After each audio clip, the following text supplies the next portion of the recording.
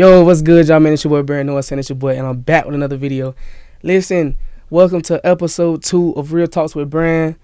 Listen, I hope y'all enjoyed the first episode, you feel me? Today, I got a dope one coming in. I got my boy Gant with me, you feel me, man? Y'all clap it up for Gant, man. We got my boy Clan in here, man. What's up, bro? What's good, B? How you doing, man? Man, proud to have you. I'm honored to have me on. Yes, sir, How man. your day going? Good, man. I got you in the flesh, man. You feel me? That's a good feeling, bro. Yeah. This is a long time coming, though. I ain't gonna lie. You know that, right? I ain't gonna lie. You been saying it for the whole time. Most definitely. Yeah. So for the ones who don't know you, man, let them know what's going on, bro. Who's Ed Gant, man? So Ed Gant is a Fort Myers native, Dunbar, urban area kid. Mm-hmm. Grew up in Battle Homes. Just didn't go to a lot of elementaries and middle schools in Fort Myers, but I went to golf elementary. I'm just giving y'all my whole little bio. You know, rather anybody care. Yeah. So golf middle, golf elementary, Suncoast. You know what I mean? Suncoast middle, stuff like that. Went to Cape High School, transferred to Dunbar, then transferred back to Cape, and yeah, everything else took off from there. Okay, well, I see that you say you left, came back. What that's about, man? What else about? Listen, man. So quick story. All right, so quick story, man. So you know, man, we at golf middle. You know, when you in middle school, you with your people. You know, right. You know, and your friends and stuff like that. You know, so it was me, TJ, Myron, Willie. You know what I mean? My boy Butter. I ain't gonna put his real name out there, but yeah. So. We all talking about, you know, middle school. They talk about like high schools. You take trips to high schools, you know. Right, so right. you know, being in the Cape, you know, it was more so Mariner, and then at the time, girlfriend at the time, she wanted me to go to Fort Myers. Mm-hmm. So my brother Frankie went to Fort Myers. So you know, he always wanted everybody to go to Fort Myers. He wanted Philip, but Philip went to Lehigh. But make a long story short, man. So we took a trip to Cape, took a trip to Mariner. And, you know, a couple of my boys that I grew up around, like Arlington, Arsenal, all of them, and PC. The PC boys went to married to some people from Battle Homes, too. Yeah. But we decided to all go to Cape. So when we went to Cape, you know, Cape was cool, you know. But what had happened was Dunbar was just opening. Dunbar was reincarnated. So it's like 2000, what? 2001, like 2002? No, it was just 2000. Actually, it was 2000, because I was on the junior midgets with Coach Willie and Coach Willard on. Wait, so you said 2000, right? It was 2000. Do you remember what month that was? I don't remember what month, but I know we was on the junior midgets and we was like the hottest thing going for the Riverdale Wildcats that year. I probably was about 3 months Yeah, years you old or about something. I was born 2000, baby, now March. Yeah, you were young.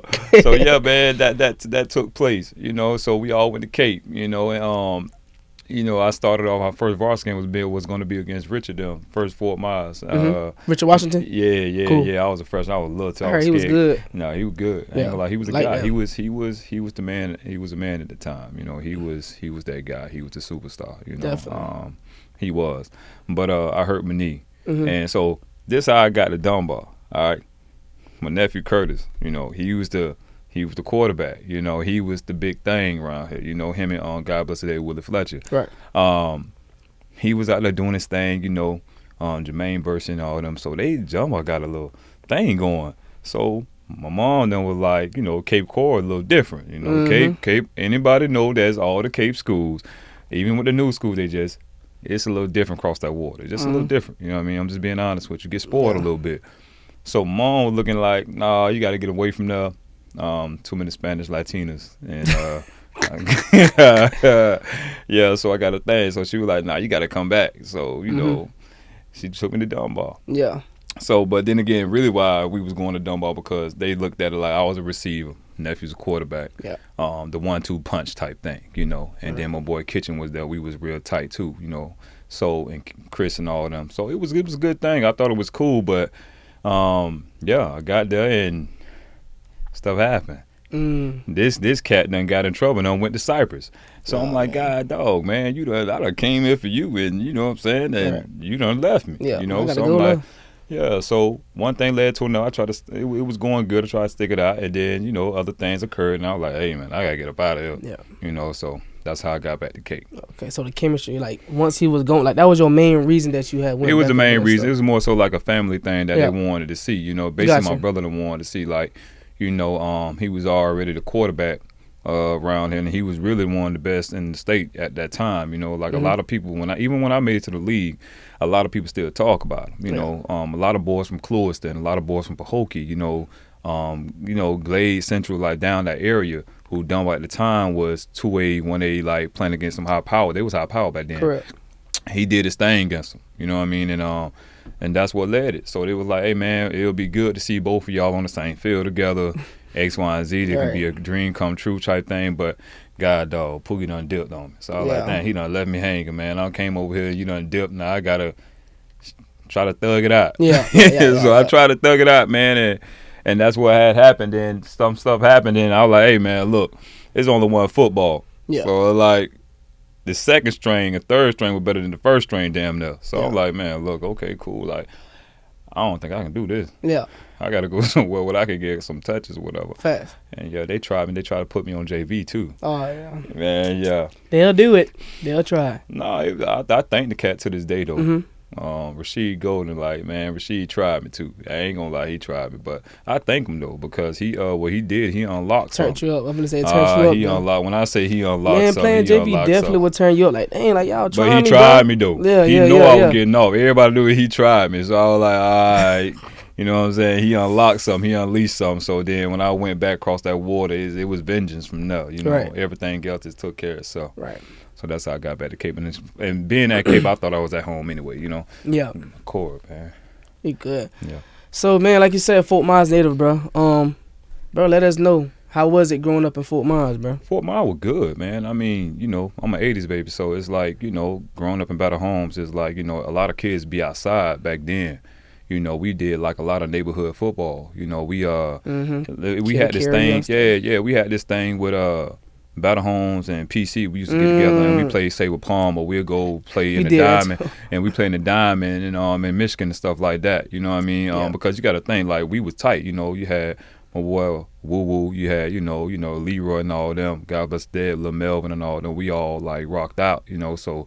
We was tied with Al and all them, and Tenars and all them, and PC and Pat and all them. So it was like two hoods getting together, you know, and going to play the other hoods. But everything was fun and under the sun and stuff like that. So Fort Myers was good. I mean, we got out. Then we also, what I liked about Fort Myers, we had a lot of fruit trees. Yeah. like bro, like for real, like nowadays you don't see no fruit trees around here, like in people's yards. So like. Back then, you would be like, mama get home with the streets come like the lights cut on. But it was more so like you never went hungry, because all day you would be outside with all that energy, even it's hot. But guess what you're doing? You jumping the fence, getting people grapefruits off their tree, getting the Chinese plums, or you getting the mangoes off their tree. You know, it's so many things you was doing. And then, you know, you actually got outside and we was walking everywhere. We was riding our scooters everywhere. You know, we was footing it.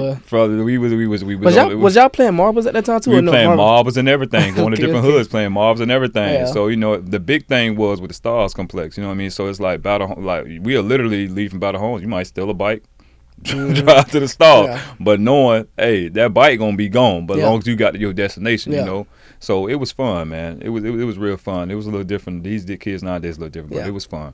Childhood was real good. Yeah, that's crazy, because I remember when I was like, I'm going to say I was like 10, 11.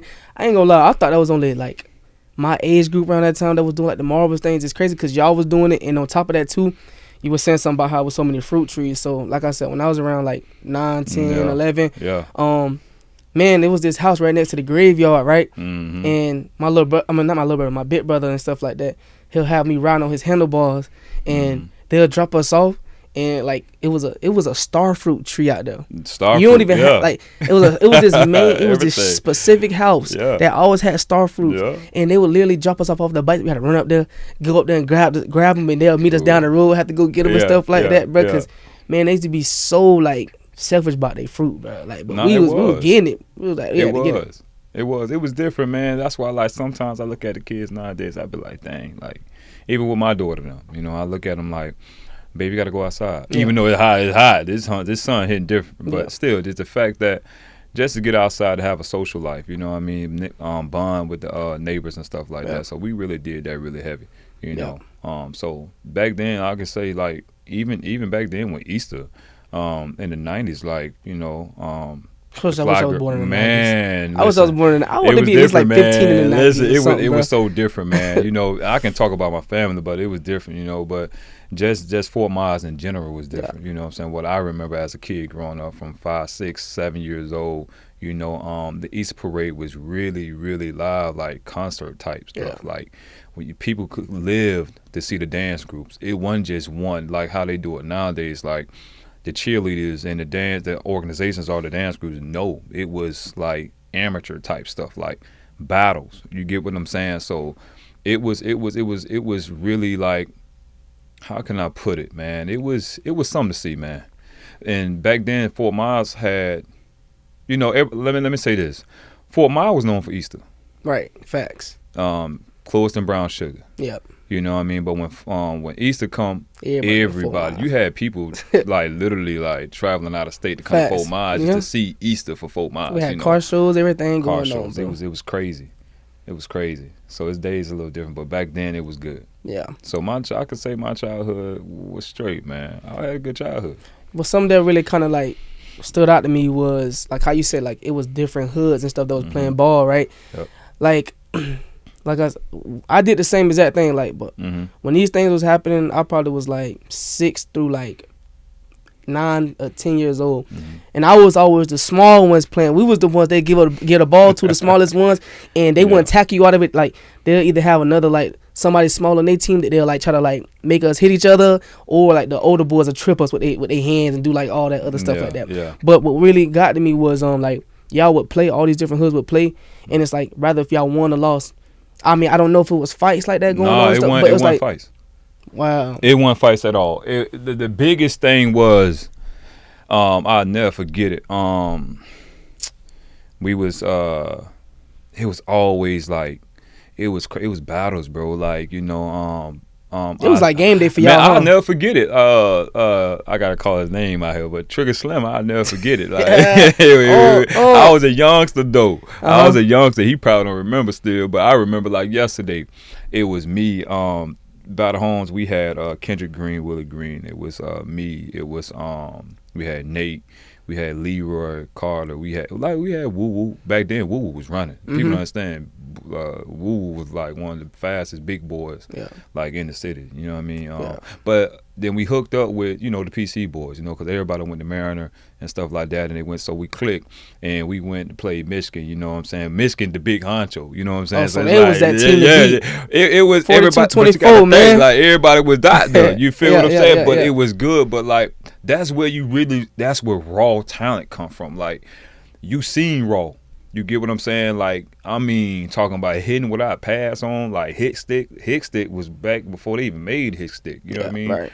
I still remember Slim, they called him the skyscraper or whatever. He went over two people. Tall. He was so tall, but he talked so much stuff, like, stuff like that. But it was good. It was never no fights. It was a lot of trash talk, a lot of shit talking, but it was never no fights, bro. Yeah. We shook it up, whatever case may be. Because everybody, you got to think, everybody went to school together too. You know what I'm saying? So we played actually football together. It was good. That's where you develop your skills at. Yeah. Like really develop your skills. You know what I mean? So did it feel like it was like a game day for y'all back then too, or like how that was like? That was like game day, bro. That was like game day. It was the. Was it specific days that y'all would? It was Thanksgiving. So y'all would only like meet up on Thanksgiving to do this? No, sometimes Thanksgiving was the big thing. Okay. You know what I'm saying? Sometimes we'll have it in Michigan. Sometimes it'll shift to over here by the John Walker's. Okay. Stuff like that. But like mainly the time when we was doing Thanksgiving, it was normally in that big field by right in front of the homes. Buddy got the house right there right now. But it was nothing but field, and that's where we played at. You know? That's where we played at, and it was good. Yeah, that's what's up, man. Like that's so crazy because, like I said, when we played, you know what I mean, it wasn't that bad, but man, everybody had egos, you know what I mean. So if listen, like I used to always play out there in PC though. Yeah. Like we used to play them little cuts and PC and stuff like that. We're going PC. See, we was in West Chase. We was in different places and stuff. Yeah. Door Street. Yeah. Like it was it was crazy, man. But like when it happened with around my time and stuff like that, people would took it, they had egos and people would fight, but that's all it would be sometimes. You know, they'll let, like, I ain't gonna lie, I had my times too, you know what I mean? I had somebody want to fight me because I had took them deep, like, you know what I mean? And I would just see, back then I was just very quick and stuff. I catch the ball and get out of there, and then they'll be mad and stuff like that. So we would really be like, they'll let us go at it, but then like we'll have to shake hands at the end or something like that and keep it going. You know, because what I mean? It's fun, man. You know, I mean, that's the fight thing is more so just the competitive nature that coming out of the kids. You know what I'm saying? Because that's what we live off of. That's what we come from. You know, so that's just what it is. Like almost like that's my get back. Yeah. Like, oh, okay, you bum, but you can't. Okay, could you fight me though? Like, facts. Like, okay, you win your football. What's up? Let's fight about it. Then. Like, so you know, because I got a lot of fights. I got a couple fights too. Correct. Yeah. So, football, man. Like, what role did it play in your childhood? Like, well, football. People gotta understand too. Like, you know, this is me talking about. Like, people want to know it again. My brother was a legend in the city.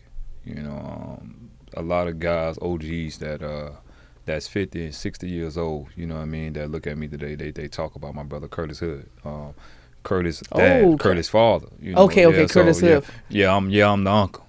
So hold on, wait, are we talking about the Curtis Hood right now? Like the Curtis Hood is his dad. With the deep voice? Oh, no, his dad. That's his dad. Okay. His dad is my older brother. You know? His dad is my older brother. So he was the founder. Me personally, like, he was that man of the Riverdale Wild. He was the Riverdale Wildcats. You know what I'm saying? At that time, and the Tice Tigers. Well, they was Tice Tigers before they were Riverdale Wildcats. Correct. You know what I'm saying? Then the transition over. So, yeah, man. Like, he used to do things like literally like go get kids from Michigan. You know, and you know, they be playing in the dime. He'll just get them in. Right. You know what I'm saying? I heard stories about he'll just jog with the kids all the way to practice, load them up in the car. You know what I mean? Stuff like that. And he played a big integral part in a lot of these kids' lives and a lot of these OGs' life that's 50 and 60 years old now, mid-50s, 49, 45. Anything that's 45, 50. No, I'll say anything that's 40. I'll say about 50 on up. Okay, yeah. You know what I'm saying? Anything that really knows, that originated through him. You know what I'm saying? They really know who he really was. He played an integral part in a lot of these people's lives. And I hear stories about him. You know what I'm saying? Unfortunately, he passed. You know, so that's what football started for my family. You know, so it's like it kind of trickled down. Then it went to my brother Frankie. You know, so my brother Frankie was more of a big time baseball player. You know, at Fort Myers High School at the time, he was part of the Dream Team with Jamie and all them, Rod Gatson and you know, Feed the World and stuff like that. So he was part of that team, but he was a big time baseball player. So that trickled down from him, and it just got passed down. Then it went to Philip. Then Philip was like the leader of the new school almost. Like, you get what I mean? Like, Philip knew both ways. Philip knew Curtis ways, but then also knew some of the Frankie ways. You know what I'm saying? So Philip kind of held the torch for us, for me, Eddie, from James to Jeremy, you know, everything that trickled on down to Tavin and stuff like that. So that's where football really started from, Curtis. Yeah. You know, my older brother. So he kind of like set the foundation and really like look at stuff like, so it's a funny story because my other brother, Ricky, he told me one time, he was like, man, you ain't going to go to the league. He said, man, only football player is going to be Philip. It's going to be Philip. It's going to be Junior, my brother Eddie. James and Tabby gonna play baseball. You know what I mean? Because James threw a good ball at the time. At be a young boy, he was a real good pitcher. And he was like, "Oh, you gonna be a coach?" I looked at him. I said, "Shit, nigga, I'm gonna be a football player." What you talking about? Like, I don't know what you smoking. Like, nigga, I'm gonna be one of the best receivers come up out of this. Did that turn you up more? No, it. Or you ain't taking that serious? I ain't taking that serious because at the time he told me I was already arriving. Right. You know, I'm at Cape. I'm like, you know what I'm saying? I got nominated to the Florida and Georgia All-Star game. You know, I just got a scholarship from Alabama. Yeah. I'm getting scholarships to play, like, you know what I'm saying, all state. So he telling me that. I'm like, listening to him like, yeah, whatever, nigga. Like, I'm going to be one of the best receivers come up out of this thing. Like, Facts. Trust me. So he was like, nah, you're going to be a coach. But damn, look at it. Full circle. I'm a damn coach. Yep. So he had a knack for it. So he had like, a process though. Like, I had a process. But you still made it through. Yeah, I stayed through it. He was like, man, you're gonna be a coach. You're gonna be. He said you're gonna take it further than our big brother did. You know what I'm saying? That kind of like stuck with me to this day. He was like, man, you ain't just gonna touch kids from Fort Myers. He was like, you gonna go nationwide because your knowledge gonna be different. And I ain't never understood it, you know what I'm saying, at that time. But then again, it's like now I'm thinking like I'm touching a lot of kids. I'm impacting a lot of lives, not just in my city, it's just nationwide. You know what I mean? So he kind of had a knack for it. So that's football for me. You know, it started from Curtis, and it was like a tree, and it trickled down to everything else. Yeah. So. Okay. Well, I mean, like back then, like, was it like an offense to like be a coach at the time or something like that, or because like I mean I get it. Think about it. You young and your goal is to make it to lead. Oh. Now say everybody want to be that ball player. Yeah. So at that time, you're like, man, I don't know about no coaching. But now it's like, bro, you like one of the top trainer coaches out here right now, man. You going crazy. You know what I mean? It's a blessing. So it's like, yeah, he was right, man. Because if you know what you doing. I think it's like, I don't really think it was offensive. I think it was just it actually was like almost like an honor thing. You know what I mean? To give back, and I took it as like the way he explained it was like being honorable almost. You know, because look what our big brother did. You know what I'm saying? So he kind of like set the foundation for that thing. So that's where everybody be doing now. So yeah, that's what's up, man. So I mean, it sounds like you got, you know what I'm saying, your big brother. Yeah. You know what I mean? Who was a legend. You know what I mean? And to go with that, I know you said something about Philip. You know what I mean? So I know that's also your big brother, correct? Right? Yeah. So how was that like? You know what I mean? Philip Buchanan also, in a lot of eyes, is a legend, especially Fort Myers legend. You know what I mean? Yeah. From a Miami Hurricane legend, all type of stuff, man. So how was y'all relationship growing up, and like how was it just him being your big brother? Man, that shit was crazy. People don't know, like even the Miami Hurricanes, and you hear certain things, like you hear Antrell Rowe, you hear Clem Portis say things about Philip, like how he was an athlete. They don't understand, bro. Like that son of a bitch work ethic was crazy. Yeah. To the point where his competitiveness, he don't know how to turn that shit off. Like he don't. I like even to this day when we talk, it's something he be dog.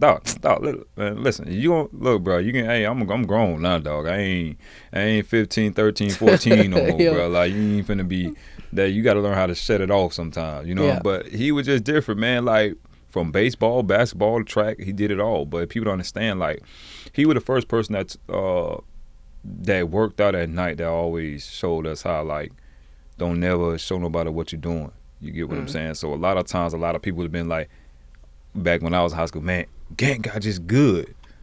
No, bro, I've been good, nigga. Like, excuse me language, but I've been good. What you talking about? Like, it's just that I perfected. I start elevating. I start working. You don't see me no more. Yeah. So it was tough because he was so competitive. He kind of like pushed us to unlock certain things for us. You know what I mean? Like on a school night. Running 1240s, you know, in Battle Homes, timed, you know what I mean? Like, and we took that, even all the way to Miami, he was doing all that stuff, you know what I mean? So that's why when you hear people like Antrell Rowe and all them saying he probably the best athlete, I wouldn't put it past like he is, you know what I mean? A lot of people look at Santana Moss, man, I ain't knocking no Santana Moss, I ain't knocking no UM guy, but looking, I'm thinking to myself like, I don't know them, but the shit Philip had us doing as a young age, and you don't know as a kid. Like, even when he was in middle school and high school, like, you know, I'm in elementary. I don't know what I'm doing. I'm just out there doing it with him. He got me sprinting. I'm on school night. Mama, Philip, get in the house. You know what I mean? He going to leave middle and stuff like that. So it's like, you know, so at that time, you just doing what your big brother got you doing, you know. So it with him, I can say, like, he took our competitive edge to a whole nother level, especially when he went to Miami.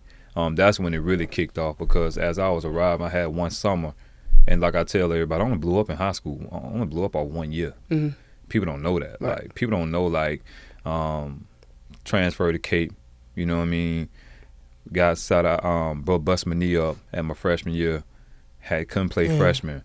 Then transferred my sophomore year to Dunbar. You know what I'm saying, to be with my nephew. Then that something happened, you know. Then they tried me on trying to go in to the JV thing, you know. So I'm like, man, you know what, I gotta get up out of here. So I got up out of there. Then after that happened, I had to go to ALC in my junior year. So it's, you know, people don't know, like, I had to go to the Alternative Learning Center. You know what I'm saying, for like almost a half a year, you know, because some stuff I done did. But Yeah. after that senior year, you know, locked in. Philip took me down to Miami. I had the honor to be training with Santana Moss and Andre Johnson. So a lot of things that I kind of say, like when I talk about Fort Myers, like it's a lot of people.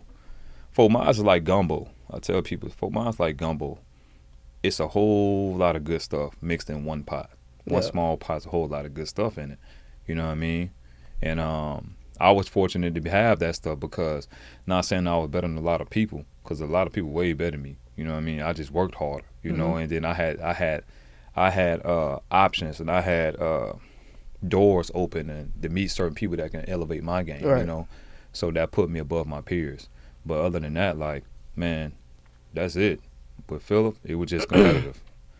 It was drive. Yeah. So, how many years was he in front of you? Like, so Philip like got me like, I think Philip like 8 years older than me. Okay, so with 10. him, okay, so with that, obviously seeing him in the league, everything like that, did that put pressure on you to try to make it? Like, did you ever feel some type of pressure or feel like you had to live up to a certain thing? Because obviously you was little brother and you going crazy and stuff too. But was it ever that time where you just felt pressure?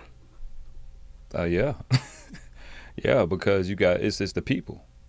It's the people that, you know, you get to the point with football when your bloodline is it's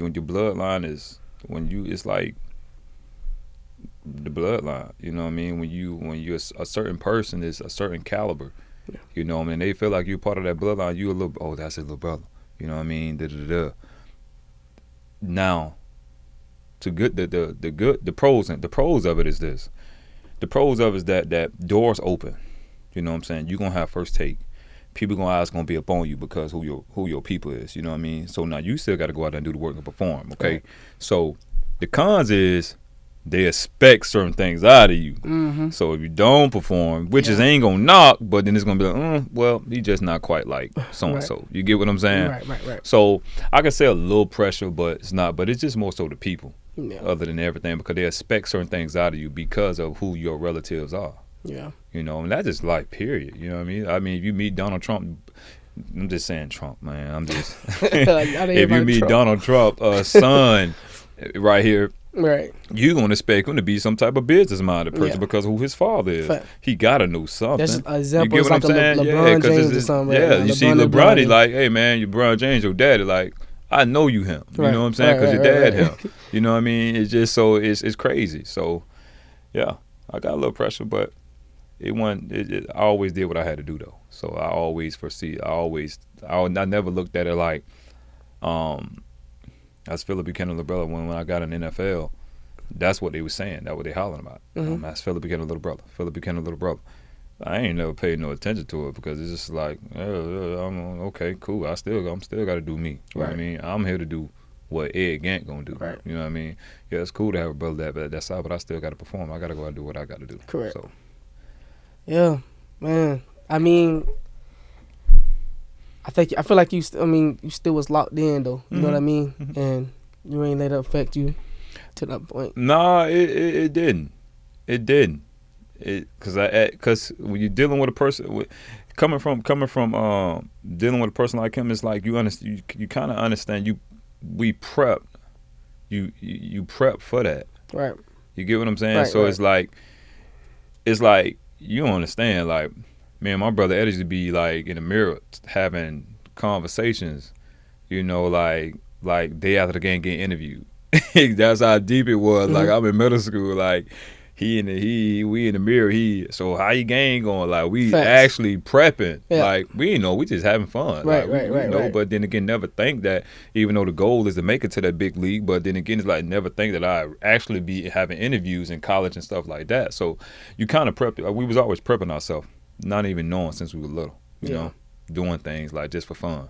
Yeah, that's crazy. Was it ever times that Philip like ever hit you up like around those times and just like let you know that just stay locked in or don't worry, like, cause was it ever like in his face enough to even know that like people like obviously people were trying to like put pressure on you or anything, but did he ever hit you up at any time or just let you know like just stay locked in, don't worry about, you know what I mean, what people's talking about, or he just had his own kind of stuff really going on? So I mean, you got to know Philip, you know, he was already It's like on some I'm gonna use your little course, my boy. It's like on some Dragon Ball Z type stuff. You know what I'm saying? Like Vegeta and Trunks, you know. Vegeta gonna give him that word, but then again, it's that pride thing. Like, that's my son. It's my blood in him.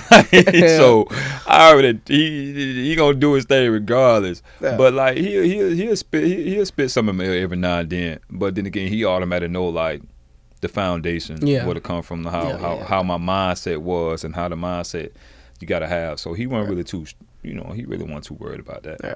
He knew I was gonna hold my own regardless though. All right. That's what's up, man. Let's take us through like how was it going from college to NFL, like how that whole experience was. How long was you in the league? Just all that. Just let us know how it was. So first and foremost, graduated from Keiko High School. Came out of high school all-state receiver, all-state corner. So just so happened, I tried to do everything like Phillip because people don't understand. Like when Phillip wanted to be a Florida Gator. At the time, like Steve Spurrier was that run and shoot. And I always wanted to be a Florida Gator receiver because my favorite receiver was Jaquez Green, Riddell Anthony, and Jabbar Gaffney, and also Travis McGriff, the little white guy. People don't know nothing about him.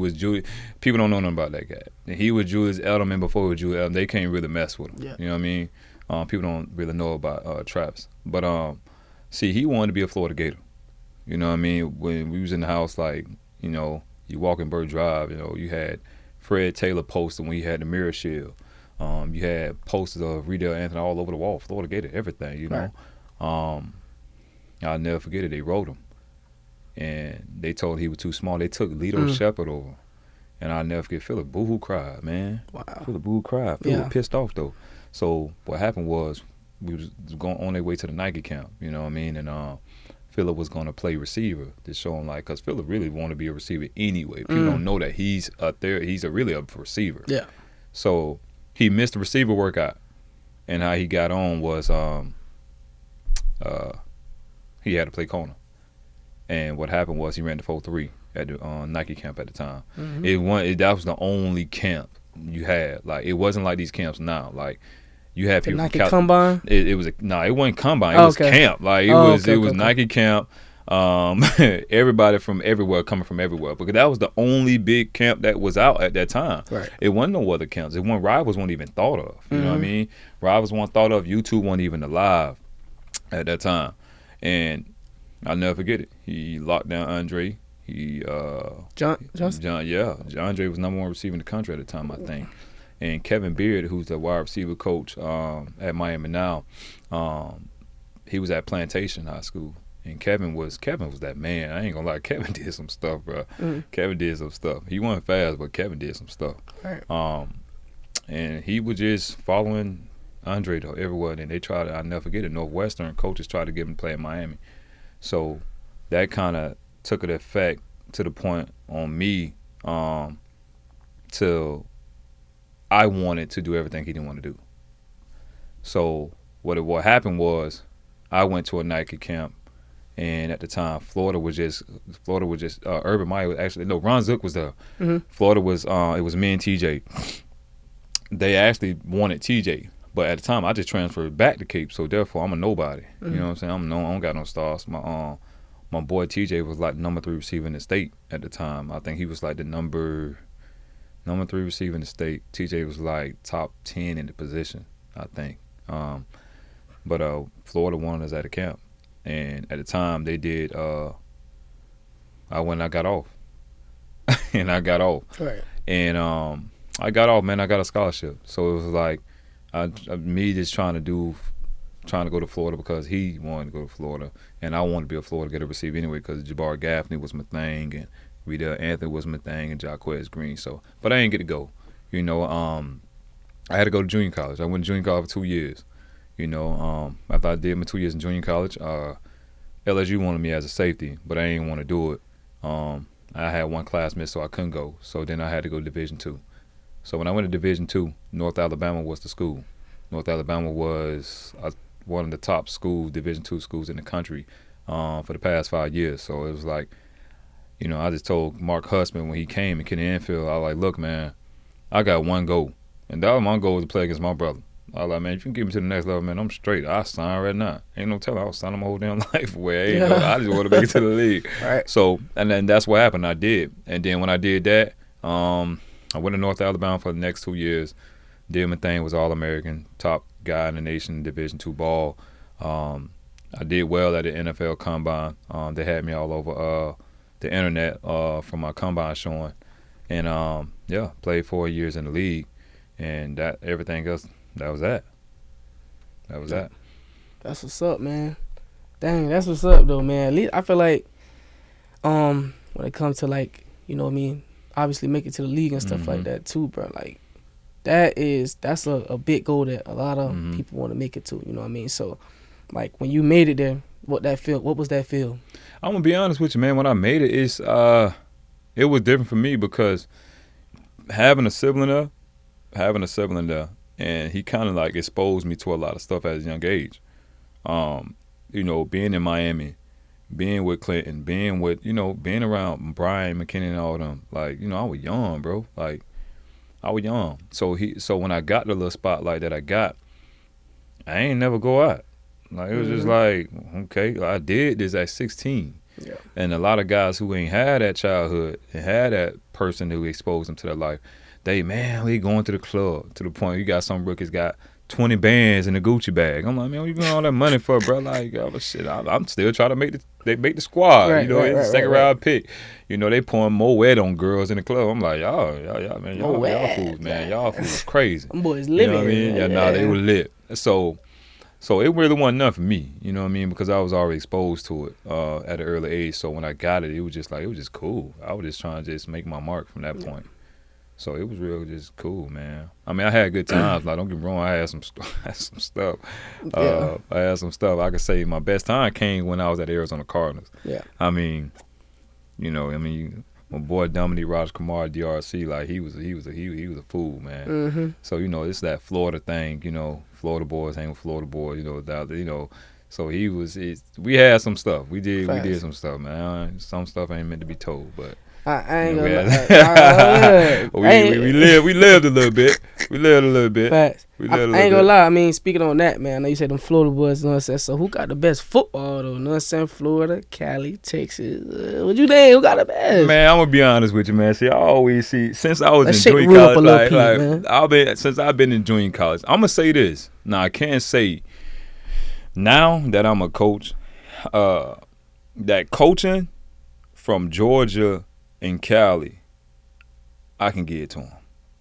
Georgia and Cali? Them boys be coached up, bro. Like, from Little League. Like, you know what I mean? From the OG, like, looking at them, the rare breed. I'm looking at Georgia, like, you know what I'm saying? But when you're talking about athlete, it's us all the way. Okay. You know what I mean? Texas, they speedsters. They be big. Sometimes I feel like they get maxed out because they lift weights in middle school. You know what I'm saying? Like, they be, when I say football like a religion, that's Texas. Like, die hard. But coaching and stuff like that Georgia, that Cali stuff is. So football wise, you like Texas? Texas got the best football. No, I can say they more hard grown in that shit. Okay. Hard grown in that shit. Like, Texas, like that shit hard grown in football. You get what I'm saying? Like, that's just football. You know what I'm saying?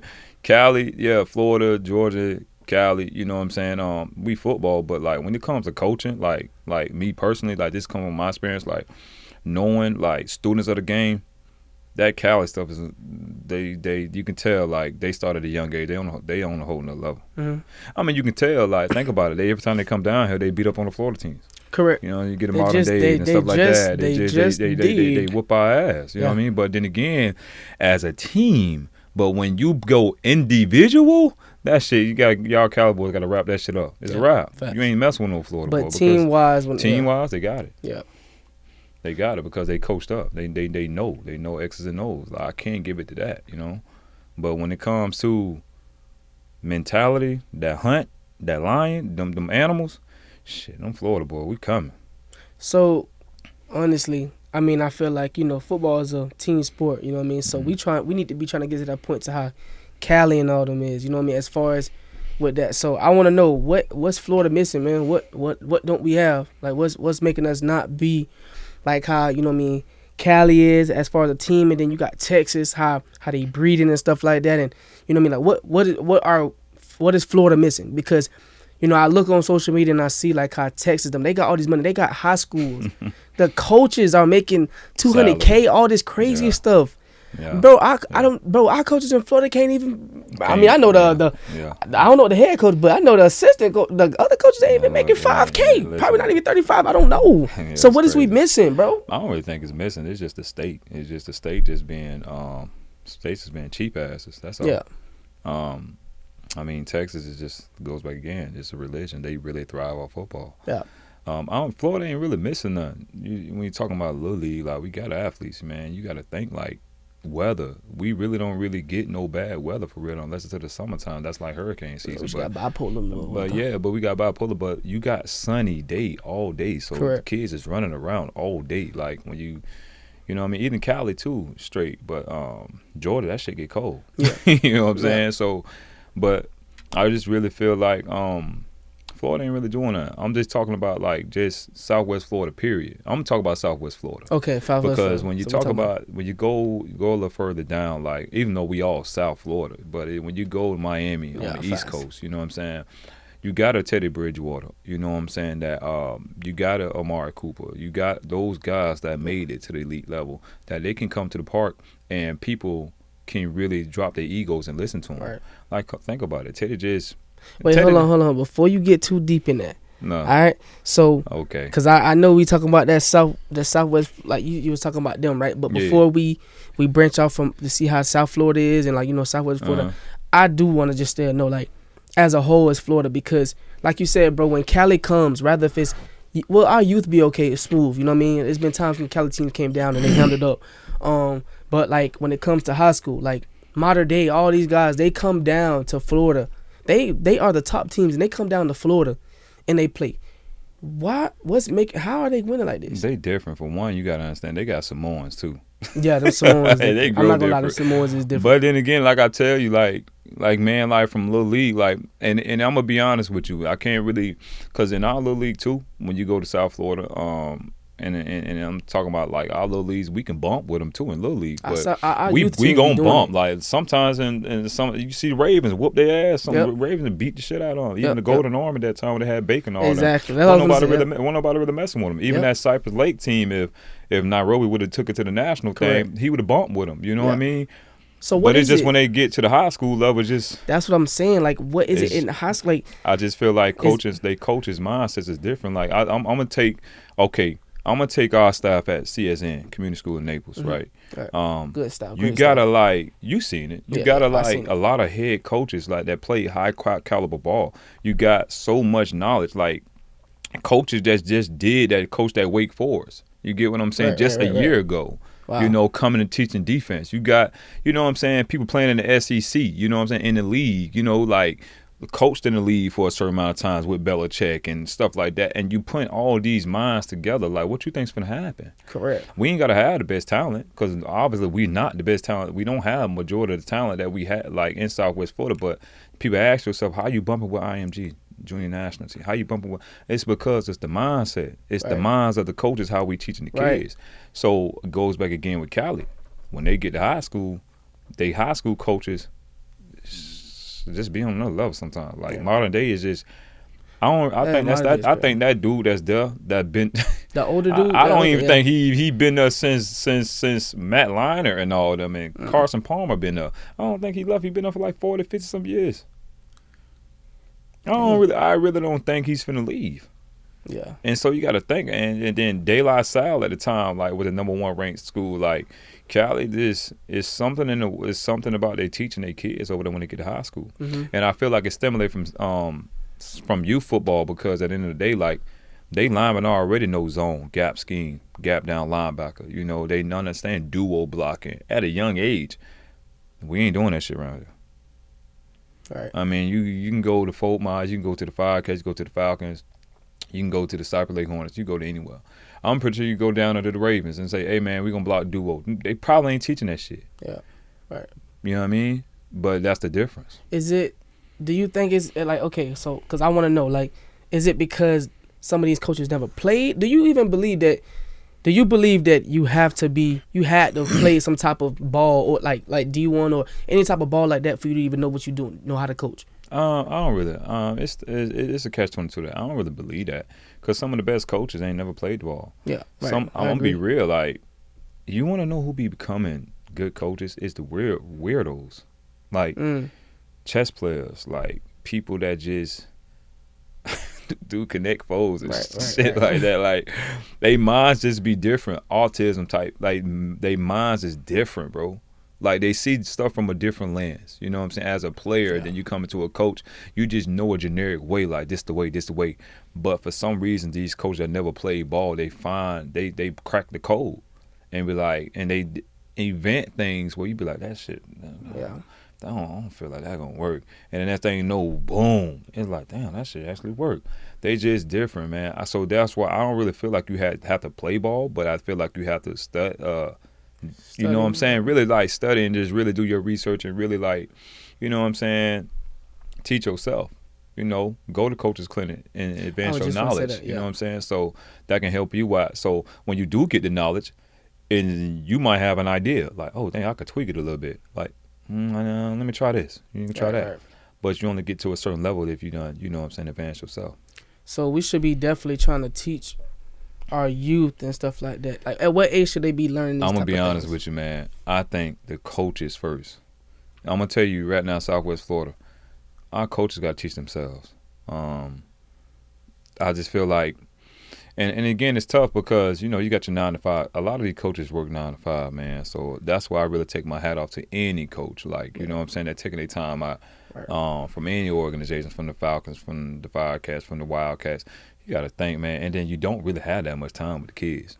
You get what I'm saying? Because the parents, too, you got the majority of the parents drive buses, the moms, you know what I'm saying? You know, so it's just like, and I'm not talking, and you got some fathers that's there too, but, you know, they working 9 to 5, and you got to think, they 9 times 10, they jobs, and they get off to work at 5:45. Kids got to be at practice at what, 6:30? Yeah. What about school? You know what I'm saying? Middle school get out at what time? Bro, peanut on the See what I'm saying? And don't be on the bus. Yeah. And now you got to make the bus stops. You get what I'm saying? So it's so much goes into it that you got to ask yourself. I just really feel like with coaches, like, all you can do in our area is like they gotta really got to evaluate themselves, man, and just really take themselves to school. Right. And if you do have a person like myself or anybody that's in the area that play high caliber ball, like, and I'm just saying, young person like Derek Hunter, he's fresh out. Like, why would you not have him? You know what I'm saying? Right. He can relate. You get what I'm saying?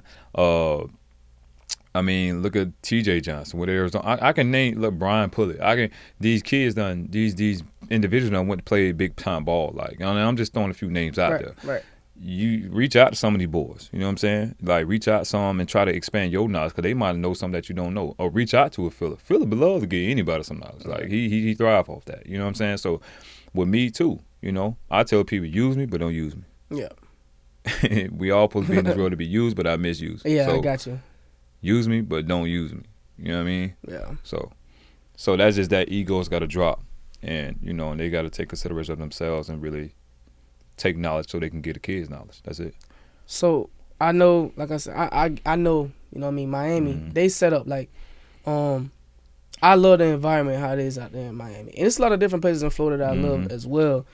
Just me, like, I never made it to college to play ball and nothing like that, but I've traveled to Cali to see how Cali football is. I've traveled to Texas. I done been in Georgia. I done been in Miami. You know what I mean? And I see the environment. I see how much the love they got, the way they talk to the boys. You know what I mean? And I'm speaking out on Southwest Florida. I think it's everything as a whole. I don't think parents is ready for that type of stuff. I don't know if coaches is ready for that type of vibe. Like, it's like we love football, but I don't know if we really like breathe it for like we really all about it for like how we supposed to, like, because we got the players, man. You know what I mean? And like, bro, rather if it's youth football or it's high school, bro, like we haven't won a championship. You know what I mean? Like actual championship ones like that, Super Bowl or whatever you want to say, part one. And we haven't won those. Other than, I mean, obviously the Cypress 12, you won the Florida Elite, you know what I mean, and stuff. But like them other ones out there, we never had that. And it's like, what is we doing? You You know what I mean? Like, and like you said, bro, we got athletes or, you know what I mean, former NFL players or college guys or whatever, like you, or, you know what I'm saying, Ryan Pulley, Darren Felix. Like, you got so many different guys. Why? I mean, I think it's two sides of it, but why are we not bringing them out? You know what I mean? To, even if they're not trying to exactly strictly coach, but like to just bring out like questions, anything. Like, for example, Zakandre, you know, he went, and that was great what he did. He just letting the guys know how to read the fronts, playing a running back from low rod. You know what I mean? What to read, the down tackles if you run the zone. Do you press the double team? If the hat go over here, you're going to have to bounce back this way. You're going to jump cut in this hole. You know what I'm saying? Stuff like that, because he did it on a high level. Yeah. He's been learning from Ernest Graham since he was in high school. So you got to understand, he was developed already. Then he went to Florida State. Then he, you know, went here. Then he went to South Carolina. Then he played in the league for a little bit. Now he's playing in the he played in the USFL. Mm-hmm. Then he coming back. So that's a caliber big piece. You know, the knowledge that you need to get from, like, pull him in. You know what I mean? But I just feel like what we missing is just really just egos. You got to drop that. And people scared to reach out. People just feel like, oh, they don't need to do it. Yes, sure ass do. All right. Because you want to get over the hump. If you don't know where you're going to get over the hump, you can't get over it by yourself. Mm-hmm. You know what I'm saying? Last time I checked, it was a teamwork thing. And, you know, you hear people talk a lot of stuff about community. But is it? Right. You know what I mean? Because at the end of the day, who's going to hurt is none but the players. Mm-hmm. You know, and then now you get these players going into high school and they don't really know nothing. All they know is C gap, B gap. Okay, what is C gap, B gap? Why? When do I hit C gap and B gap? Okay, 1 hole, 2 hole, 22 dive. And the time is been far gone from that. Right. They need to know what's stick, what's drive, you know what I mean? What's sail, like, you know, what's swap. Like, you got to speak terms like that, because these are terms that they're going to be learning and going to be understanding when they get to high school and they go to college. And I just feel like right now, I don't really think we miss anything. The coach is just lazy. Mm-hmm. That's just my personal opinion. Right. Coach is just lazy, and goes back to what you're saying, love. I don't really think Southwest Florida love football. I really think Southwest Florida like football. For a prime example, how many offensive players from our area actually played in the league? Mm-hmm. We get defensive players. Yeah, that's real. Yeah, you're right. We loaded up on defense. I think who we had. I mean, I think the only one I know is Devin. I mean, when he was, you can count on your hand. Yeah, you count on 2 hands almost. Yep. If you go no 4 miles, the running back play with the Pittsburgh. You get what I'm saying? Who else from the offense at Fro played a little bit? You know, I went. My boy TJ went. So we not developing as much. We ain't developing on the offensive side of the ball. That's why I come into play. Right. That's why I come into play. Right. Devin, that's why I come into play. Right. You get what I'm saying? Like, I mean, you know, the real raw person that, like, when I say like football, love football, I think the kids like football, but they don't love it. The guys that really made their mark on the offense side of the ball loved it. Mm-hmm. Loved it. And I used one guy that was a monster. He had that training. You know what I mean? And I know that I witnessed it myself, because at the time I was at the Bucks, and I came home just to, you know, drop in, and I seen him with cones at Shady Oaks. You would think he'd look. He ain't paid no attention to my car. He kept doing his thing, packed it up, started jogging back to the lake. Bug. Loved it. How many kids doing that? Sammy walks fast. Sammy. How many kids doing that? Right. So it goes back again. Ain't that many offensive players in our area really thriving or really busting it. Then you have, you know, Austin make splashes, but then Austin came up under me. Yeah. He's already the Devin. You know, they already having the knowledge. So we got kids that just is better than those guys right now. But it's just, again, you got to ask the parents and you got to ask the coach, like, what are you doing? Is you teaching them? They got more time to master the stuff than the other guys do to make something out of it. So why is it like I want to, like, why is it like that? Like it's I mean, okay, let's just say this, like, obviously nowadays, like the athletes and stuff, like I don't think they have a drive. I don't think they let the circumstances that they in right now, that they probably going through, that they ain't letting people know. They don't let that be their motivation or their why why they going so hard. Because I know the individuals that you just said something about they had hunger, right? Because they didn't like how they living standpoints of however things was in their life, and they had a family to feed. They had people that they look after. You feel me? And I think probably now the athletes just got so much stuff just put in their hands, or they don't even if they in the craziest situations, they not letting that be their why. You know what I mean? My mom, bro, 6, 7 kids, you feel me? We in a 2-3 bedroom, you feel me? Yeah. You know what I'm saying? AC barely working, whatever. Even if you into that, like, it's like if you really want it, you probably ain't even gotta be in the craziest like situations, bro. But it's like if this is something that you really want, you gotta work hard for it, like hard. You gotta like breathe it, like you gotta like really like live through this. You know what I mean? Just like how I was telling Peanut, you know what I mean? You really like, you can't be halfway in with this. You know what I mean? Like I said before, like what's like 1% chance like that you even make it to the league. You gotta go hard, bro. You think you just going to practice and that's it gonna do something, or you going to one practice in a training session is gonna get you there? Nah. If you think, and parents can hear me good.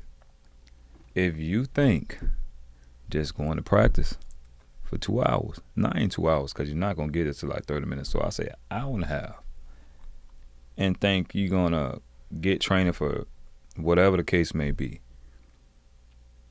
Think you're gonna put you over your peers? Ain't gonna happen. Cause I'm gonna tell you right now, you got some kids in Louisiana that's really grinding. Kids in Georgia really grinding. I mean, the difference between Fort Myers, Southwest Florida, and Miami, those kids can touch their dream. They can get out of bed and go to FIU. Or look out the window and see Miami Miami Stadium right there. They can go to the stadium and fucking probably jump the goddamn gate. I seen it. I literally seen it, yeah. You know what I'm saying? So they can touch their dream, as opposed to these kids.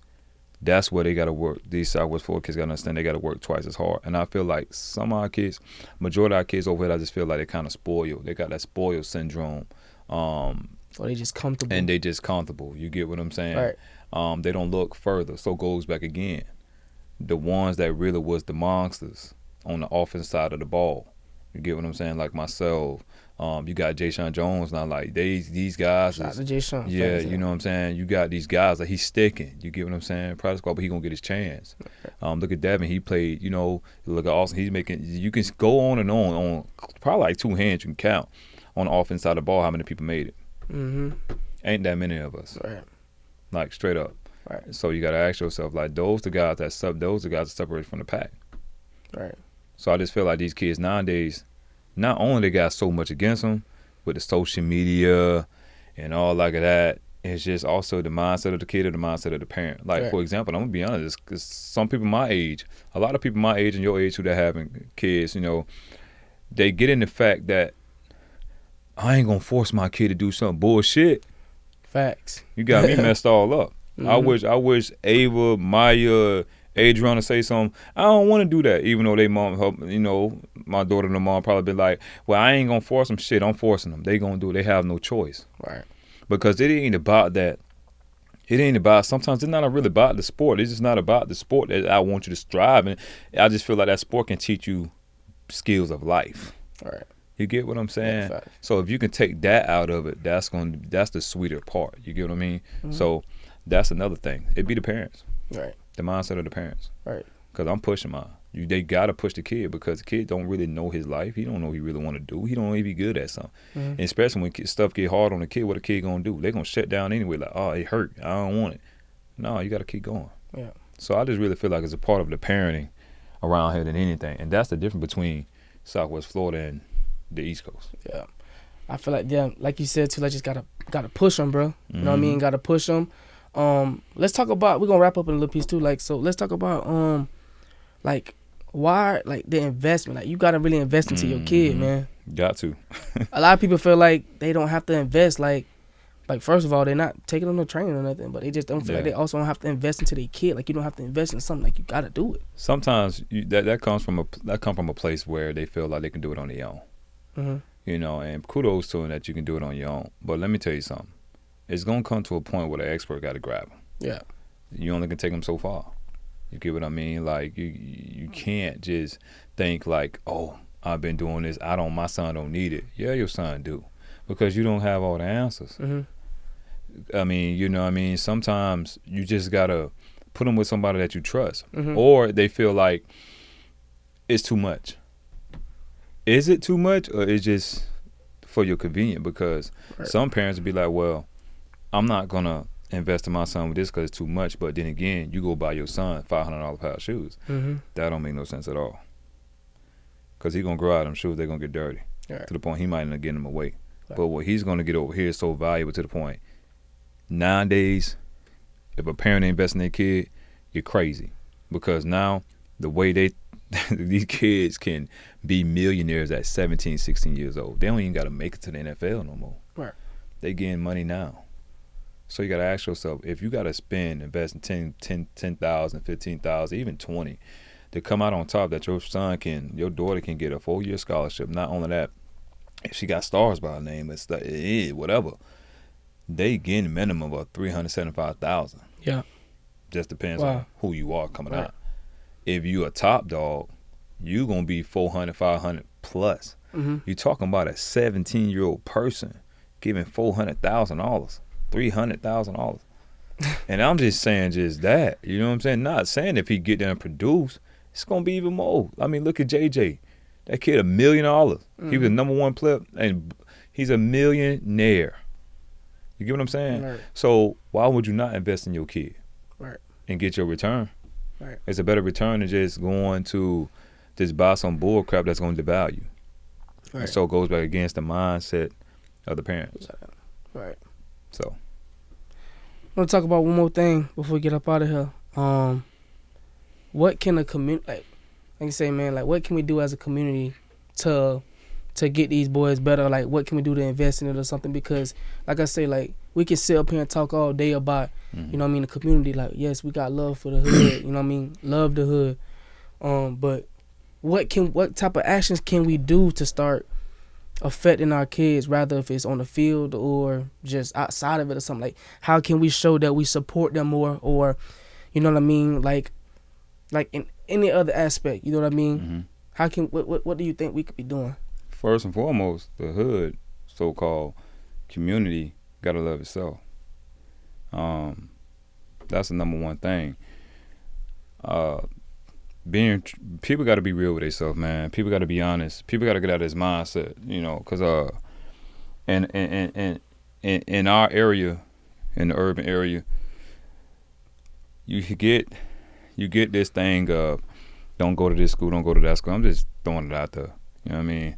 But you got to ask yourself, but if you for the community, you should be supporting community kids that decide to go to other schools because they decide they want to expand their horizons. Me personally, I really feel like kids should be in a diverse setting, because at the end of the day, you got to be able to flip-flop any goddamn way if you're trying to make it to big things. You get what I'm saying? Right. So you don't want to be locked down in just this one place. You get what I'm saying? I just feel like get out in the world, diverse yourself. If you got to go to a private school, go to a private school.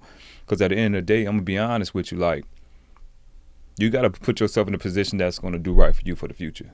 You got to pick your high school like it's a college. #1 thing, okay, how is this school going to affect me as an individual? How is this school going to affect me? Okay, I'm here for that because I really want to make it to the league. So what's all at that school? Okay, academically, okay, check. All right, I'm here for football. Okay, could they develop me to what I need to be? Okay, check. All right, cool. So now you're good. But if you got to ask yourself, if it's not developing you for the ultimate thing that you want, or it don't got people in place to develop you, why would you even take your kid put your kid in the situations? I'm going to put my kid in the situation that's going to elevate them regardless.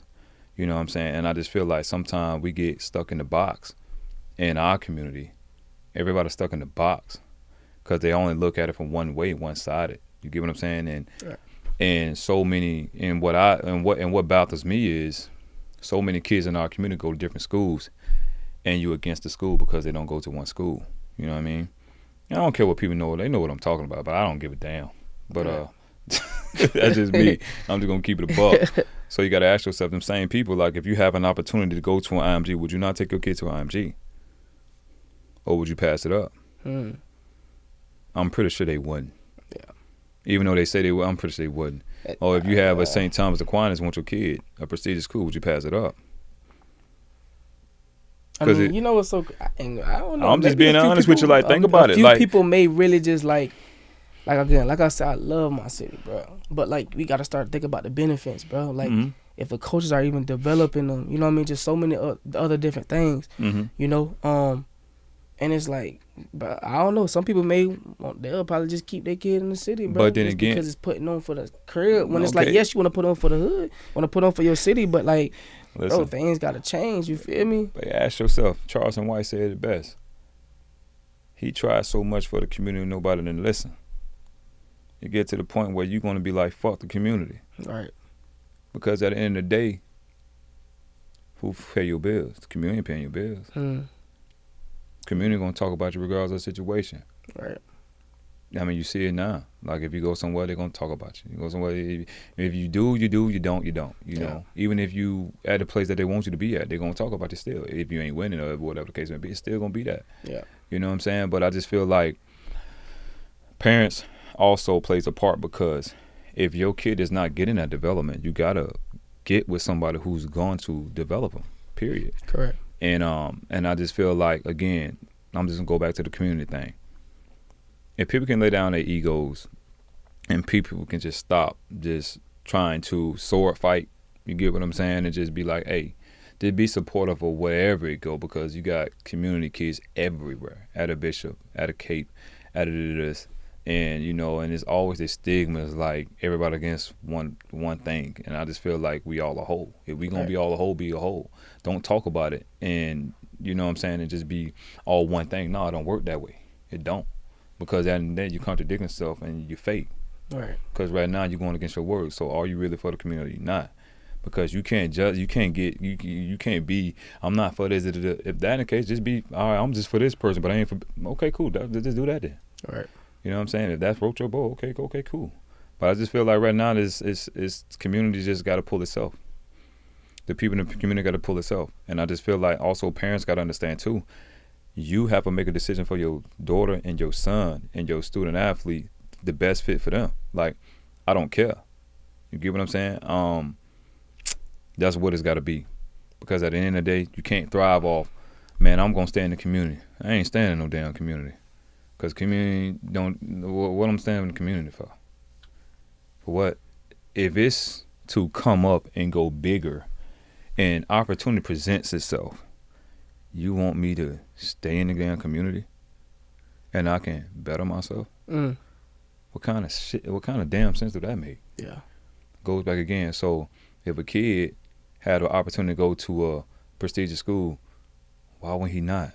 Why would a parent sit here and just be like, I'm going to listen to these people and keep it? No, but baby, listen, don't do that. Because at the end of the day, those people ain't paying your bills. You got to look out for your kid. Correct. Because at the end of the day, whether your kid rise or fall, them people still going to be there. You can't think about that. Listen to the noise, but ignore it. You can listen to it, but okay, cool. I mean, that float they boat, that's cool, but I'm still doing my thing. And that's what it is. Like, and I take my hat off to Winston Watkins, Senior. Winston. Take my hat off to a Freelo. You know what I'm saying? I take my hat off to Kendra. For, like they and even Dad's dad. Yep. You know what I'm saying? But like, you know what I'm saying? Like a lot of people, you get mad. Man, why they taking them down there? Because it's a better opportunity, dog. Right. Like y'all looking at it just for this, but who developing? You get what I'm saying in our area? Not only that, like exposure. Not only that, they have surpassed. They reach a certain plateau. Goes back to Dragon Ball Z again. My bad, dog. That shit. When Goku hit Super Saiyan 1, he gonna get to a certain plateau till he gonna break a level to go to Super Saiyan 2. Yeah. So when a guy reaches a certain level, okay, cool. I done did it here. So that's why I took my hat off to Winston. He done even though he was a little different because he did it in the Pop Warner here, and then he went to Venice, did it again. Then went to IMG as a freshman. That never happened. Yeah. You know what I'm saying? He's doing it on a high caliber level. Okay, cool. Go back. He tried to get in Bishop, couldn't get in Bishop. You know what I mean? Still part of the community. It's Fort Myers, Florida. Yeah. Okay, cool. Let's go to Naples. Still Southwest Florida. Did it again. You get what I'm saying? So it's like, so what we talking about here? You got to put yourself in best situations. Yep, you get what I'm saying? I take it off to a Pookie boy. You know what I'm saying? He taking his kids he put him in the best situation. You know what I'm saying? Like, not caring. You can't listen to the community. Community is going to talk regardless. And this is what I say about community. It takes the right people in the community, because everybody in the community don't have the same mindset. Mm-hmm. They be like, it takes a village. It takes a community to hold a kid. Nah. It takes certain people with the same mindset in that community, in that village, to help with that kid, because everybody don't have the same mindset. Right. You get what I'm saying? Everybody's stuck. Right. Some people think one way. Some people think adventurous. Correct. You know what I mean? So that's how it got to be. Yeah. To my opinion. That's how it should be. I really feel like parents got to do what's best for their kid. I really feel like people got to step out and do what's best for them. That's just like, it's no different from a job offer, right?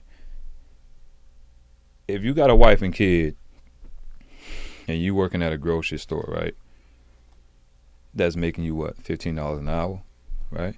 Mm-hmm. But your skill set, you can do, let's say you can do some in the medical field. Let's just say that. But let's say you put your job application in North Collier. I'm just throwing something out there. Let's say North Collier Hospital call you and just say, hey, look, come over here, work for us. You can make $30 an hour. Do you really think your ass gonna stay in that community? Mm-hmm. If not, your wife and kid, your wife gonna divorce your ass quick. Facts. Because you got to do what's best for your family. Yeah. Right. So why do we tell kids to not do, you know what I mean, not go outside and experience? I feel like it's so much more to this world. Nowadays, you want them to go outside, because at the end of the day, they got to know, one thing, what they're up against, and they got to diversify themselves. Right. You get what I'm saying? It's a big world out there. They need to go see it. They need to shake hands with different cultures. Correct. Caucasian, Latinos. Like, I'm not going to be around. That's what the thing that me personally, when I was at Dunbar, like, you got to think, like, I was always in a diverse. I'm gonna use me for example. I was always in a diverse setting. You get what I mean? And I always been around diverse. My mom had us around diverse stuff. Even though I was staying in battle homes, but I went to Cape schools. You get what I'm saying? I went to Lee Middle for a little bit. I've been around but it's just I'm more comfortable in a diverse setting. You get what I'm saying? I can flip flop. You want to have that ability to be able to flip flop. You get what I'm saying? Right. Because when you walk in, you don't want about stereotypes. You can be able to communicate on a level what other people communicate on. Correct. You feel what I'm saying? You don't want to be, oh man, I'm on used to this side, so I can't even. No, you want to be able to diversify yourself where you can like walk in different doors and be able to stand in the paint when you walk in those doors. Because now if you just go in there, you ain't been around that stuff, and now you.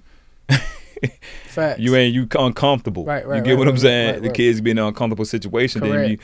Then he don't need, who the hell you saying who don't need what? You need to shut your mouth. You know what I'm saying? Facts. And let the person just go ahead and live. Like, you know what I'm saying? Because you ain't really, you know what I'm saying? That's my thing with some people. Like, a lot of people just, they only see from one way, from one lens. Mm-hmm. You got to look at it from a different lens, man. Correct. Because the ways of the world now, you got to be able to diversify yourself, period. Yeah. If you want to make it far. Wow. You heard it here, man. And what I am going to say is, too, you feel me? I want to give a shout out to, I think this may be the only matter of fact too. Well, in the Southwest Florida area, I want to give it to I'm gonna say CSN and Bishop, because it's like playing teams that's outside of just the city. Mm-hmm. You know what I mean? And like I said, shout out to every team. You know what I mean? But I personally feel like in our area, bro, like something that makes us not. Like we can't progress as much because we playing the same people we were playing against since we've been in Little League. You know what I mean? Like, it's gonna always be love, man. But we gotta see what's out here. Like, I give kudos to like Miami, how they have Cali come down and they play against teams like that and stuff. Like, I really wish we could have that type of stuff. You know what I mean? But like, it's just we have like, I don't know, probably over 15 schools in our. I don't know. Too many schools. We got too many different schools in our area, bro. And it's like, the competition watered down. You know what I mean? People wonder why Port Charlotte is so good and stuff like that. But they got like 2 schools over there. You know what I mean? It's and everybody go to 2 schools. Now everybody going to Port Charlotte more than anything. Like Charlotte trying to come back around. My man trying to get it back up and pumping. Yeah. But then again, like, he gonna have his turn when he gonna bring Charlotte back up again too. You know what I mean? So I said, my man Bennett gonna be in there again. Thing. But for the most part, like you said, like CSN and Bishop, you got to think those type of schools where, like, you know, it's just the relationships of those schools. You get what I'm saying? You want to, like, it get to a point where you got to look outside of football, man. It's bigger than that. You know what I mean? And I'm coaching at CSN, like, you know what I mean? And I tell people, like, the facilities there. Too, man. I mean, you there, you know, you seeing it, you know. So it's like, and a lot of people look at it, you know what I'm saying, like, oh, like, man, look, like, man, listen, you seen it from that lens, and that's okay. Correct. And that's fine. But I'm seeing it from a whole different perspective. You get what I mean? Right. So, a lot of our kids need to see that. You know what I mean? A lot of our kids need to be around that. Not just because, oh, they're going to, you know, use. Again, everybody's put in this world to be used, but I misuse. Yeah. Trust me, you're going to be Use used. me, but don't use me. But you're going to be used some way, form, or fashion. Right, so right, don't right, be right, saying right. used. You're going to get used. Right, right. I don't care what it is. I mean, you got a girlfriend, she's going to use you. Yep. You got a husband, you going to get used, bro. Right, it's just right. what it is, a give and take thing. You know what I mean? So that's why people are like, man, being used, man, that's some of the craziest things I ever heard. Yeah. Because in life, you know what I'm saying, what I done went through my stuff, like, bro, you're going to be used regardless. Yeah. It's just the fact that, are you getting something out of it as well? You know what I'm saying? What are you getting out of it? Is it a win-win situation? And 9 times out of 10, you can make it at that. Correct. Because you cannot, the relationship is more powerful than money. Right. Can never buy. Because sometimes it can open up doors that money can't even, you can have a lot of money but can't get in certain doors. But in a relationship, you can knock in and walk right through. Yeah. And that's what kids need to understand. You got to diversify yourself. Me personally, like, I like schools like Bishop. I like schools like CSN. You know what I mean? Especially CSN. I mean, because the resources there is just crazy, man. I didn't even know that school existed until last year. You know what I mean? Like, for real. Like, I knew, but then again, I never seen it. And when I last year went there, I'm like, whoa. This is literally is incredible, but this is like crazy. I ain't never know Southwest Florida had stuff like that around there. You know, later on in Naples. So that just let you know. And they badass in lacrosse. You know, and they building up the football team. So it's like, you got to ask yourself, like, a type of school like that in Southwest Florida can be a miniature IMG, like St. Thomas Aquinas, easily, from the resources they have, but also the curriculum they have, but then and also the staff they have. Not just in football. I'm just talking about lacrosse and everything. Fact. You know, you want to diversify yourself. You know what I mean? So I tell kids, don't count out private schools. Right. You know, public schools cool, but then again, it's like, you got to ask yourself, how far you want to go in life? Not saying that if you don't go to a public school, you're not going to go far in life, because it's all retrained on your mindset and how you approach what you want to do. Right. You know, mom and dad don't live their life. You know what I mean? So what you going to do? Fact. You know what I mean? It's up to you, you know. But I also tell parents, don't count schools like that out. Go visit some. Go do your research. Take a trip to go see them. ECS, Southwest Florida Christian Academy. Do it. You know, don't be so bothered down to public, you know. Yeah. But if you got a public school coach that, and I don't want to get all spoiled, but you got a public school that's going to fit all your criterias, go. You know what I'm saying? Go.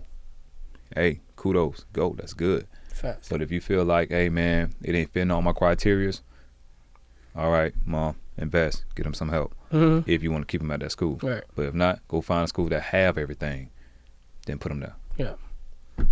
That's what you got to do. Yes, sir, man. Listen, bro, I appreciate you. You feel me? I appreciate you coming on. We definitely got to do a part 2 with you, dog, bro, because you definitely dropped some gems. We'll probably be talking for hours, for sure, for sure. Is there anything that you want to just put out there to the community, anybody, just to send out a message, and also let them know where they can find you, because we didn't get all the way into it. Okay. But obviously the ones who do know and the ones who don't, you know what I mean, let them know, you know what I'm saying, you a trainer. And what you do, you train NFL guys and everything like that. And it's crazy, bro. So. Yeah. So part of me training NFL guys, even though I had my fair share, like I had, you know, kids in the community. I was honored that their parents, like, they trust me with them, and took them and developed the mind to the point they let them know they can't make it. But what took it over with the NFL period, like just constantly me year in year out touching these kids, I got to give a shout out to X3 Performance. X3 Performance, you know, one thing I could say, that place there is really, really like a training ground for, like, you know, professional athletes, you know. They the first one that looked at me, and they the first one that decided. Jordan came and was like, man, look, man, I've been following you before they open up.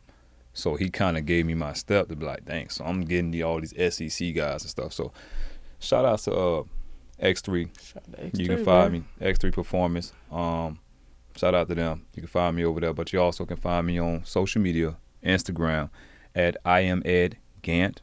Facebook is Ed Gant. You know, I don't really use Twitter that much, but you can find me on Twitter too, as well as Ed Gant G5. You know, yes, so sir. Yeah, so that's about it, man. I just appreciate you for having me. Yes, sir, man. Well, listen, and y'all heard it here. You feel me? We will be doing a part 2, man. So y'all stay tuned.